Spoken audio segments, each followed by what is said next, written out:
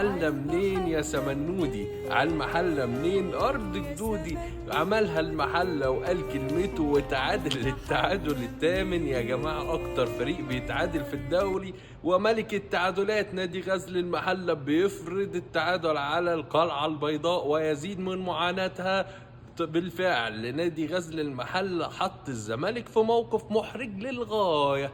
كده تستمر القلعة البيضاء في فقد النقاط وتصل للنقطة ال 12 في الفقد.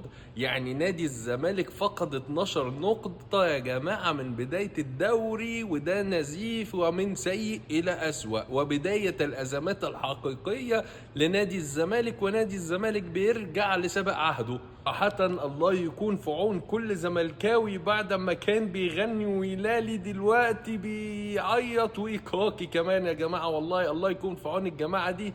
نسيوا يعني ايه تصدر دوري، وبعد ما متصدر لا تكلمني ودلدلك السبت. استنى شوية وانا اللي هدلدلهولك. كل التوفيق لنادي غزل المحله ونادي الزمالك ان شاء الله قادم.